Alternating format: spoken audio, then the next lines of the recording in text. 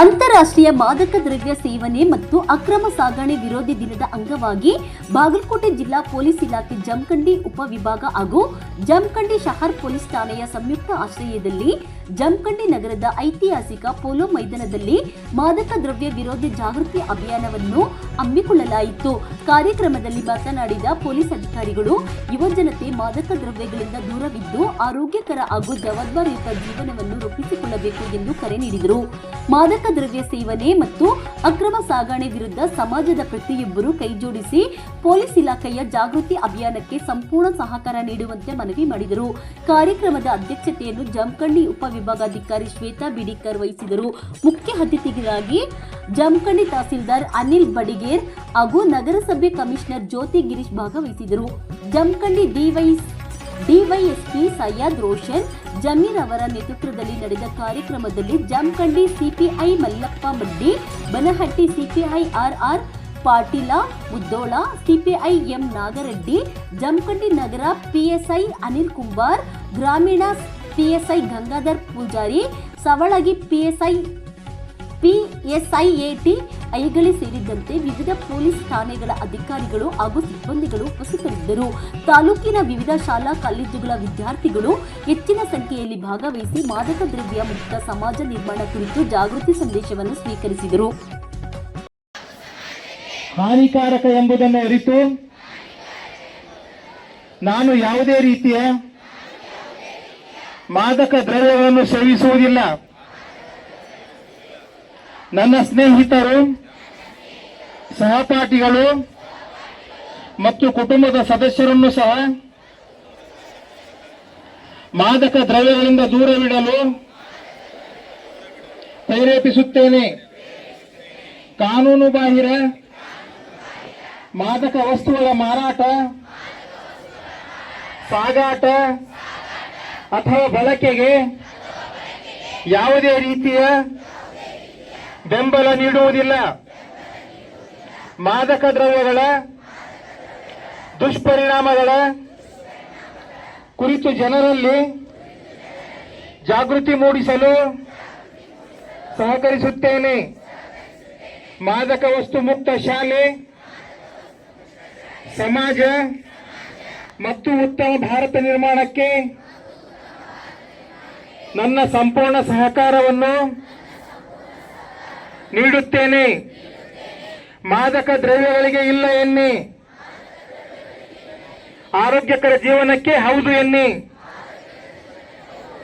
Jai Hind, Jai Hind, Jai Hind. Thank you. But ಇದು ಅಪರಾಧ. ಇದು ನಮಗೆ ದೇಶದ ಕಾನೂನು ಗೊತ್ತಿಲ್ಲ ಅಂದ್ರೆ ಅದನ್ನ ಯಾರು ಏನು ಮಾಡ್ಲಿಕ್ಕಾಗಲ್ಲ. ಅದು ಅವ್ರ ತಪ್ಪದು. ಹಾಗಾಗ್ಬಿಟ್ಟು ಯಾರು ಕೂಡ ನಿಮ್ಮ ಊರಿನಲ್ಲಿ ಆಗ್ಲಿ ಅಥವಾ ನಿಮ್ಮ ಪ್ರದೇಶದಲ್ಲಿ ಆಗ್ಲಿ ಅಥವಾ ನಿಮ್ಮ ಶಾಲಾ ಕಾಲೇಜುಗಳ ಬಳಿ ಆಗ್ಲಿ ಯಾರು ಕೂಡ ಇದನ್ನ ಗಾಂಜಾ ಸೇವನೆ ಮಾಡಬಾರ್ದು, ಮಾರಾಟ ಮಾಡಬಾರ್ದು. ಇದು ಒಂದು ಅಪರಾಧಿಕ ಕೃತ್ಯ. ಹಾಗಾಗ್ಬಿಟ್ಟು ಇದರಲ್ಲಿ ಏನು ಮರ್ಡರ್ಗೆ ಏನು ಸಜೆ ಇದೆ, ಲೈಫ್ ಇಂಪ್ರಿಸನ್ಮೆಂಟ್, ಇದರಲ್ಲಿ 20 ವರ್ಷಗಳ ಕಾಲ ಸಜೆ ಇದೆ. ಇದರಲ್ಲಿ ಎಷ್ಟಿದೆ? 20 ವರ್ಷ ಇದೆ. ಇದು ಒಂದ್ಸರಿ ಇದರಲ್ಲಿ ಕನ್ವಿಕ್ಷನ್ ಆಯ್ತಂದ್ರೆ 20 ವರ್ಷಗಳ ಸಜೆ ಇದೆ. ಹಾಗಾಗ್ಬಿಟ್ಟು ಇದನ್ನ ನಾವೆಲ್ಲರೂ ಕೂಡ ಇದ್ರದ್ದು ಗರಿಷ್ಠ ಪ್ರಮಾಣ ಏನಿದೆ, ಇದ್ರದ್ದು ಒಂದು ಕನ್ವಿಕ್ಷನ್, ಇದನ್ನ ಏನು ಇಂಪ್ರಿಸನ್ಮೆಂಟ್ ಇದು, ಅದನ್ನ ನಾವು ಅರ್ಥ ಮಾಡ್ಕೊಳ್ಬೇಕಾಗತ್ತೆ. ಹಾಗಾಗ್ಬಿಟ್ಟು ಇದನ್ನ ತಾವೆಲ್ಲರೂ ಕೂಡ ಸಾಮೂಹಿಕವಾಗಿ ಇದನ್ನ ನಿರ್ಮೂಲನೆ ಮಾಡ್ತಕ್ಕಂತ ಕೆಲಸ ಕಾರ್ಯಗಳು ಮಾಡಬೇಕು. ನಾವು ಇದನ್ನ ತಡೆಗಟ್ಟಲಿಕ್ಕೆ ಸಾಕಷ್ಟು ಕಾರ್ಯಕ್ರಮಗಳನ್ನು ನಾವೆಲ್ಲರೂ ಕೂಡ ಈಗಾಗಲೇ ಹಮ್ಮಿಕೊಂಡಿದ್ದೀವಿ.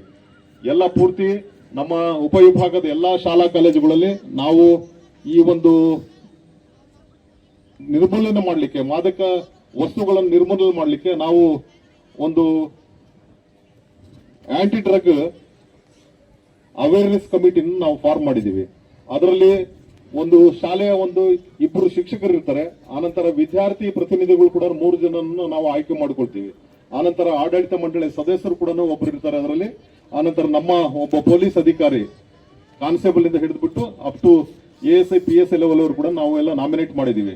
ಅವರೆಲ್ಲರೂ ಕೂಡ ಇರ್ತಾರೆ. ಅದ್ರ ಜೊತೆಗೆ ಒಬ್ಬ ಮನೋವೈದ್ಯರು, ಸಲಹೆಗಾರರನ್ನು ಕೂಡ ಈ ಒಂದು ಆಂಟಿ ಡ್ರಗ್ ಅವೇರ್ನೆಸ್ ಕಮಿಟಿನಲ್ಲಿ ನಾವು ಇವರೆಲ್ಲರೂ ಕೂಡ ಮೆಂಬರ್ಸ್ ಕೂಡ ಮಾಡ್ಕೊಂಡಿದ್ವಿ. ಇದರ ಉದ್ದೇಶ ಇಷ್ಟೇ, ಕ್ಯಾಂಪಸ್ ಆಮೇಲೆ ವಸತಿ ನಿಲಯಗಳಲ್ಲಿ ಏನಿದೆ ಈ ಮಾದಕ ದ್ರವ್ಯಗಳು ಬಳಕೆ ಅನಂತರ ಮಾರಾಟ ಮಾಡೋದನ್ನ ನಿಷೇಧ ಮಾಡಲಿಕ್ಕೆ, ಅನಂತರ ಮಾದಕ ರಹಿತ ವಾತಾವರಣವನ್ನು ನಿರ್ಮಾಣ ಮಾಡಲಿಕ್ಕೆ ನಾವೆಲ್ಲರೂ ಕೂಡ ಕ್ರಮಗಳನ್ನ ಕೈಗೊಳ್ಬೇಕಾಗತ್ತೆ. ವಿಶೇಷವಾಗಿ ಮಕ್ಕಳಿಗೆ ಇದ್ರ ಬಗ್ಗೆ ಜಾಗೃತಿ ಮೂಡಿಸ್ತಕ್ಕಂಥ ಕೆಲಸ ಕಾರ್ಯಗಳು ಕೂಡ ಈ ಒಂದು ಕಮಿಟಿ ಮಾಡುತ್ತೆ. ಅನಂತರ ಯಾರು ಶಂಕಿತ ವಿದ್ಯಾರ್ಥಿಗಳು ಯಾರು ಅದನ್ನ ಗಾಂಜಾ ಇದನ್ನು ಸೇವನೆ ಮಾಡ್ತಾರೆ ಅಥವಾ ನಾರ್ಕೋಟಿಕ್ ಡ್ರಗ್ಸ್ ನ ಸೇವನೆ ಮಾಡ್ತಾರೆ ಅವ್ರನ್ನ ಗುರುತಿಸ್ಬಿಟ್ಟು ಅವರಿಗೆ ಒಂದು ಸ್ಟ್ರೀಮ್ ಲೈನಿಗೆ ತರ್ತಕ್ಕಂಥ ಕೆಲಸ ಕಾರ್ಯಗಳನ್ನ ನಾವೆಲ್ಲರೂ ಕೂಡ ಮಾಡ್ತೀವಿ. ಹಾಗಾಗ್ಬಿಟ್ಟು ಇದನ್ನ ನಮಗೆ ಇಂಪ್ರಿಸನ್ಮೆಂಟ್ ಅಥವಾ ಶಿಕ್ಷೆ ಆಗುತ್ತೆ ಎಂಬುದು ಒಂದು ನಿಮ್ಮ ಆತಂಕ ಬೇಡ. ನಮ್ಮ ಉದ್ದೇಶ ಇಷ್ಟೇ, ಯಾರು ಕನ್ಸ್ಯೂಮ್ ಮಾಡ್ತಾರೆ ಅವ್ರನ್ನ ಬಿಡಿಸ್ಬಿಟ್ಟು ಅವ್ರನ್ನ ಒಂದು ಈ ಸೊಸೈಟಿನಲ್ಲಿ ಈ ಸಮಾಜದಲ್ಲಿ ಒಂದು ಸ್ಟ್ರೀಮ್ ಲೈನಿಗೆ ತರ್ತಕ್ಕಂತಹ ಒಂದು ಕೆಲಸ ಕಾರ್ಯಗಳನ್ನ ಪೊಲೀಸ್ ಇಲಾಖೆ ನಾವು ಮಾಡ್ತೀವಿ. ಏನು ತಾವೆಲ್ಲರೂ ಕೂಡ ಇದಕ್ಕೆ ಒಂದು ಸಹಕಾರ ನೀಡಬೇಕು. ಅನಂತರ ನಿಮ್ಮಲ್ಲಿ ನಡೀತಕ್ಕಂಥ ಚಟುವಟಿಕೆಗಳು ಏನಿದಾವೆ ಇದಕ್ಕೆ ಸಂಬಂಧಪಟ್ಟಂತೆ ಅದನ್ನ ಸೂಕ್ತವಾಗಿ ಶಾಲೆಯ ಒಂದು ಮುಖ್ಯಸ್ಥರು, ಅನಂತರ ನಮ್ಮ ಪೊಲೀಸ್ ಅಧಿಕಾರಿಗಳು, ಅನಂತರ ಆಡಳಿತ ಮಂಡಳಿಯ ಸದಸ್ಯರು, ಶಿಕ್ಷಕರು, ವಿದ್ಯಾರ್ಥಿಗಳು ತಾವೆಲ್ಲರೂ ಕೂಡ ಸೇರ್ಬಿಟ್ಟು ಇದನ್ನ ಒಂದು ಮೇಲ್ವಿಚಾರಣೆ ಮಾಡಬೇಕು. ಅದನ್ನ ತಡೆಗಟ್ಟು ಮಾಡ್ತಕ್ಕಂಥ ಕೆಲಸ ಕಾರ್ಯಗಳು ನಿಮ್ಮಿಂದ ಆಗ್ಬೇಕು. ಇದಕ್ಕೆ ಸಂಬಂಧಪಟ್ಟಂತೆ ನಾವು ಒಂದು QR ಕೋಡ್ ನಾವು ಕೊಟ್ಟಿದ್ದೀವಿ.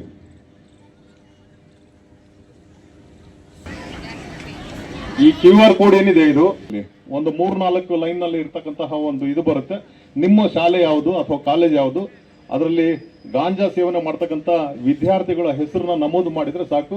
ನಿಮ್ಮ ಯಾರ ಹೆಸರನ್ನು ಕೂಡ ನಾವು ಪಬ್ಲಿಕ್ ಮಾಡಲ್ಲ, ನಿಮಗೆಲ್ಲ ಗೊತ್ತಿರಲಿ. ನಿಮಗೆ ನಾವೇನಾದ್ರೂ ಇನ್ಫಾರ್ಮೇಶನ್ ಕೊಟ್ರೆ ನಮ್ಮ ಹೆಸರಲ್ಲಿ ಬರುತ್ತೆ ಅಂತ ಬಿಟ್ಟು ನಾವು ಗೌಪ್ಯವಾಗಿ ಆ ಒಂದು ನಿಮ್ಮ ಒಂದು ಯಾರು ಇನ್ಫಾರ್ಮೇಶನ್ ಕೊಟ್ಟಿರ್ತಾರೆ ಅವರ ಹೆಸರುಗಳನ್ನ ನಾವೆಲ್ಲರೂ ಕೂಡ ಬಹಿರಂಗ ಪಡಿಸೋದಿಲ್ಲ. ತಾವೆಲ್ಲರೂ ಕೂಡ ಮುಂದೆ ಬಂದ್ಬಿಟ್ಟು ಯಾರು ಗಾಂಜಾ ಕನ್ಸ್ಯೂಮ್ ಮಾಡ್ತಾರೆ ಅಥವಾ ಅಲ್ಲಿ ಯಾರನ್ನ ಮಾರಾಟ ಮಾಡ್ತಾರೆ ಅವರ ಹೆಸರುಗಳು ನಿಮ್ಮೆಲ್ಲರಿಗೂ ಗೊತ್ತದ. ಮನೆ ಒಳಗೆ ನಮ್ಮ ಎಲ್ಲ ಮಧ್ಯಮ ವರ್ಗದ ಕುಟುಂಬದಲ್ಲಿ ಈ ಒಂದು ವಿಷಯವನ್ನ ನಾವು ಯಾವಾಗ್ಲೂ ಫೇಸ್ ಮಾಡ್ಕೊಂತಿರ್ತೀವಿ. ನಮ್ಮ ಅಜ್ಜ ಇರ್ಬೋದು, ತಂದೆ ಇರ್ಬೋದು, ಅವ್ರು ಕುಡಿದು ಬರೋದು, ಯಾವುದೋ ಒಂದು ಅಕ್ಕಪಕ್ಕದ ಸಂಸಾರಗಳು ಹಾಳಾಗ್ತಿರೋದು, ಬಡತನ ಇರೋದು, ಆ ವಿಷಯವಾಗಿ ಮನೆಯಲ್ಲಿ ಜಗಳ ಆಗೋದು, ಮಕ್ಕಳು ಅಭ್ಯಾಸ ಮಾಡ್ಲಾರ್ದೆ ಹಂಗೆ ಅದನ್ನ ಫೇಸ್ ಮಾಡೋದು, ಇದನ್ನೆಲ್ಲ ಆಲ್ಮೋಸ್ಟ್ ಇಲ್ಲಿರುವಂತಹ ಎಲ್ಲ ವಿದ್ಯಾರ್ಥಿನಿಯರು ಫೇಸ್ ಮಾಡಿರಿ. ಹೌದಾ? ಕೇಳವಲ್ತ್ ನಂಗ? ಹೌದಾ? ನಮ್ಮ ಭಾರತ ದೇಶದ ಭವಿಷ್ಯ ಯಾರು ಅಂತಂದಾಗ ನೀವೆಲ್ಲರನ್ನ ನಾವು ಬಟ್ ಮಾಡಿ ಹೇಳ್ತೀವಿ, ಭಾರತ ದೇಶದ ಭವಿಷ್ಯ ಈಗಿನ ಮಕ್ಕಳು ಅಂತ ಹೇಳಿ. ಮಧ್ಯವಸನಗಳು ಅಂತ ಯಾವಾಗ ಕರಿತೀವಿ ಅಂತಂದ್ರ of course there are so many drugs, ಬಹಳಷ್ಟು ಡ್ರಗ್ಗಳಿದಾವ. ನನಗ್ ಗೊತ್ತಿಲ್ಲ, ಸಾರಾಯಿ, ಗಾಂಜಾದ ಕಾಯ್ದೆ ಇರೋದ್ರಿಂದ ಒಂದಿಷ್ಟು ವಿಷಯಗಳು ಗೊತ್ತಿದಾವ. ಅದನ್ನ ಬಿಟ್ರೆ ನಮ್ಗೆ ಗೊತ್ತಿಲ್ಲದಿರುವಂತಹ ಡ್ರಗ್ಸ್ ಗಳು ಇಂಟರ್ನ್ಯಾಷನಲ್ ಲೆವೆಲ್ ಅಲ್ಲಿ ಸಿಕ್ಕಾಪಟ್ಟೆ ಮಾರಾಟನೂ ಆಗ್ತಾವು, ಸಿಕ್ಕಾಪಟ್ಟೆ ಯುವ ಪೀಳಿಗೆಯನ್ನ ಧ್ವಂಸ ಮಾಡೋದಕ್ಕೆ ಕಾಯ್ಕೊಂಡು ಕುಂತಿರ್ತವೆ. ಈಗ ನಮ್ಮ ಭವಿಷ್ಯವನ್ನ, ನಮ್ಮ ಭಾರತ ದೇಶದ ಭವಿಷ್ಯವನ್ನ, ನಮ್ಮ ಕರ್ನಾಟಕ ರಾಜ್ಯದ ಭವಿಷ್ಯವನ್ನ ನಿರ್ಮಾಣ ಮಾಡುವಂತದ್ದೆಲ್ಲ ನಮ್ಮೆಲ್ಲರದು ಜವಾಬ್ದಾರಿ. ಹೌದಾ? ಅದನ್ನ ಹೆಂಗ್ ಮಾಡ್ಬೇಕು? ನಾನು ಕರೆಕ್ಟ್ ಆಗಿರ್ಬೇಕು. ನೀವೀಗ ಪ್ರತಿಜ್ಞೆ ಮಾಡಿದ್ರಿ, ನಾನು ಯಾವುದೇ ಕಾರಣಕ್ಕೂ ಮುಂದಿನ ನನ್ನ ಜೀವನದಲ್ಲಿ ಮದ್ಯವ್ಯಸನಿ ಆಗೋದಿಲ್ಲ. ಯಾರಾದ್ರೂ ಆಗ್ಲಿಕ್ಕತ್ತಿದ್ರಂದ್ರೆ ಅವರನ್ನ ಅದರಿಂದ ಹೊರಗೆ ತೆಗೆದುಕೊಂಡು ಬರುವಂತಹ ಕೆಲಸವನ್ನ ಮಾಡ್ತೇನೆ. ನನ್ನ ಜೀವನವನ್ನ ಅತ್ಯಂತ ಆರೋಗ್ಯಯುತವಾಗಿ ನಾನು ರೂಪಿಸ್ಕೊಂತೇನೆ ಅಂತ ಹೇಳಿ ನೀವೆಲ್ಲ ಪ್ರಮಾಣ ವಚನ ಮಾಡಿದ್ರಿ. ಸೊ ಇದು ಯಾವಾಗ ಸಾರ್ಥಕ ಆಗ್ತದ ಅಂದ್ರ, ಭಾರತ ದೇಶದೊಳಗಿರುವಂತ ಪ್ರತಿಯೊಬ್ಬ ಪ್ರಜೆ, ನಾವು ಬೇರೆಯವ್ರದ್ದು ಕಂಪ್ಲೇಂಟ್ಸ್ ಹೇಳ್ಕೊಂತ ಹೋದಾಗ ನಮ್ಮ ಅಂಗಳದಲ್ಲಿರುವಂತ ಕಸನ ನಾವು ಕೇಳೋದೇ ಇಲ್ಲ. ಹೌದಾ? ಸೊ ಅದಕ್ಕೆ ನಮ್ಮ ಜೀವನವನ್ನ ಆರೋಗ್ಯಯುತವಾಗಿ ಮಾಡ್ಕೋಬೇಕು. ನಮ್ಮ ಜೀವನವನ್ನ ಕ್ರೀಡೆಯಿಂದ, ಶಿಸ್ತಿನಿಂದ, ಡಿಸಿಪ್ಲಿನ್ ಆಗಿ, ನೀವೇನು ಅಭ್ಯಾಸ ಮಾಡೋರಿದ್ರಿ, ಸ್ಟಡಿ ಮಾಡೋರಿದ್ರಿ ಅಂತಂದ್ರೆ you should have discipline. So ಹಂಗೇನೆ ಜೀವನದೊಳಗೆ ನಾನು ಮದ್ಯವ್ಯಸನ ಮಾಡೋದಿಲ್ಲ ಅನ್ನುವ ಪ್ರತಿಜ್ಞೆಯನ್ನ ಇವತ್ ನೀವು ಹಾಕೊಂಡಿರಿ. ಅದರ ಪ್ರಕಾರ ನೀವು ನಿಮ್ಮ ಮನಸ್ಸನ್ನ ಡಿಸ್ಟ್ರಾಕ್ಟ್ ಆಗ್ಲಾರ್ದಂಗೆ ನೋಡ್ಕೋಬೇಕು. ಈಗ ನಮ್ಮ ಸ್ಟ್ಯಾಟಿಸ್ಟಿಕ್ ಹೇಳೋ ಪ್ರಕಾರ 10ನೇ ವಯಸ್ಸಿನಿಂದ 17ನೇ ವಯಸ್ಸಿನವರೆಗೂ, ಅಂದ್ರೆ ನೀವೇನಿಲ್ಲೆಲ್ಲ ಸೇರಿರಲ್ಲ, ಈ ವಯಸ್ಸೊಳಗೆ ಭಾರತದಲ್ಲಿ ಸುಮಾರು ಮದ್ಯವನ್ನ ಕುಡಿಯುವಂತಹ ಮಕ್ಕಳು 30 ಲಕ್ಷದ ತನಕ ಸಿಗ್ತಾರಂತೆ. ಗಾಂಜಾ ಸೇವನೆ ಮಾಡುವಂತಹ ಮಕ್ಕಳು 10 ಲಕ್ಷದ ತನಕ ಸಿಗ್ತಾರಂತೆ. ಸೊ ಇನ್ನು 10ರಿಂದ 17 ಅಂದ್ರೆ ಅವ್ರ ಜೀವನನೇ ನೋಡಿಲ್ಲ, ದೇ ಸ್ಟಾರ್ಟೆಡ್ ಗಾಂಜಾ ಸೇವನೆ ಮಾಡೋದು, ಮತ್ ಬೇರೆ ಬೇರೆ ಯಾವ್ಯಾವ ಇದ್ದಾವ್, ಮದ್ಯ ಸೇವನೆ ಮಾಡೋದು, ಇವೆಲ್ಲವುಗಳನ್ನ ನಾವು ನೋಡ್ತೀವಿ. ಸೊ ಸೊ ನಾನು ಒಂದೇ ಹೇಳೋದೇನಂತಂದ್ರೆ ಇವತ್ತು ನಾವೇನ್ ಪ್ರತಿಜ್ಞೆ ಮಾಡೇವಿ, ಉಪವಿಭಾಗ ಮಟ್ಟದಲ್ಲಿ ಏನು ಕಾರ್ಯಕ್ರಮವನ್ನ ಹಮ್ಮಿಕೊಂಡಿದೀವಿ, ಅದೇ ಯಾವುದೇ ಕಾರಣಕ್ಕೂ ನಮ್ಮ ಭಾರತ ದೇಶ, ನಮ್ಮ ಜೀವನ, ನೀವು ಹೆಂಗೆ ನಿಮ್ಮ ಜೀವನ, ನಿಮ್ಮ ಓಣಿ, ನಿಮ್ಮ ಕಾಲೋನಿ, ನಿಮ್ಮ ನಗರ, ನಿಮ್ಮ ಊರನ್ನ ಪ್ರೀತಿಸಿ ಆರೋಗ್ಯಯುತವಾಗಿ ಕಾಯ್ಕೊಂತೀರೋ ಆಟೋಮೆಟಿಕ್ಲಿ ದೇಶ ಉದ್ಧಾರ ಆಗ್ತದೆ. ಸೊ ಅದಕ್ಕೆ ನನ್ನ ವಿನಂತಿ ಮತ್ತೊಮ್ಮೆ ಎಲ್ಲ ಮಕ್ಕಳಿಗೆ ನೀವೇನ್ ಪ್ರತಿಜ್ಞೆ ಮಾಡಿರೋ ಅದ್ರ ಪ್ರಕಾರ ನಡಿಬೇಕು. ಮುಂದಿನ ಎಷ್ಟೋ ವರ್ಷದ ದೊಡ್ಡ ಜೀವನ ಇದೆ, 70-80 ವರ್ಷಗಳ ದೊಡ್ಡ ಜೀವನ ಇದೆ. ನಿಮ್ಮ ಜೀವನ ಇತರರಿಗೆ ಮಾದರಿ ಆಗೋ ತರ ನೀವು ಬದುಕಬೇಕು. ಸೊ ಅದಕ್ಕೆ ಇವತ್ತೊಂದು ದಿನ ನಿಮಗೆ inspiration, this is one just an inspiration. ಒಂದು ಅರ್ಧ ತಾಸಿನ ಈ ಸಮಯವನ್ನ ನಾವೇನ್ ಮಾಡ್ತಾ ಇದೀವಿ ಅಂದ್ರೆ, ಮುಂದೆಲ್ಲೋ ನಿಮಗೆ ದೊಡ್ಡವರಾದಾಗ ಎಸ್ ಮೇಡಮ್ ಹೇಳಿದ್ರು, DSP ಅವರಿದ್ರು, ಅವರೆಲ್ಲರೂ ಹೇಳ್ಯಾರ ನಾವು ಮದ್ಯವ್ಯಸನವನ್ನ ಮಾಡಬಾರ್ದು, ಎಸ್ಪೆಷಲಿ ಗಂಡ್ ಮಕ್ಕಳು. ಸೊ ಅನ್ನೋದು ನಿಮಗೆ ಎಲ್ಲೋ ಮೋಟಿವೇಶನ್ ಆಗ್ತದ. ಉಪವಿಭಾಗ ಮಟ್ಟದಲ್ಲಿ ಇದೊಂದು ಅತ್ಯದ್ಭುತವಾದಂತಹ ಕಾರ್ಯಕ್ರಮವನ್ನ ಆಯೋಜಿಸಿರುವಂತಹ ಪೊಲೀಸ್ ಇಲಾಖೆಗೆ ನಾನು ಅಭಿನಂದನೆಗಳನ್ನ ಹೇಳ್ತೇನೆ.